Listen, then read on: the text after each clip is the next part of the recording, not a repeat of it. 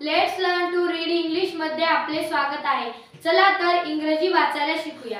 आज आपण पाठ 79 पाहणार आहोत। मागील पाठ 78 मध्ये आपण वायचा तिसरा ई असा पाहिला आहे। तर आज आपण पाठ 79 मध्ये ओ यू जी एच आणि ए यू जी एच असणारे शब्द पाहणार आहोत।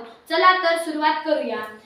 O U G S T art, O U G S T art, S O U G S T sort, S O U G S T sort, T A U G S T tot, T A U G S T tot, B O U G S T bot, B O U G S T bot, T H O U G S T thought, T H O U G S T thought, T H O U G H though, T H O U G H though, B R O U G S T brought, B R O U G S T brought, F O U G S T fought, F O U G S T fought, C A U G S T caught, C A U G S T caught। धन्यवाद।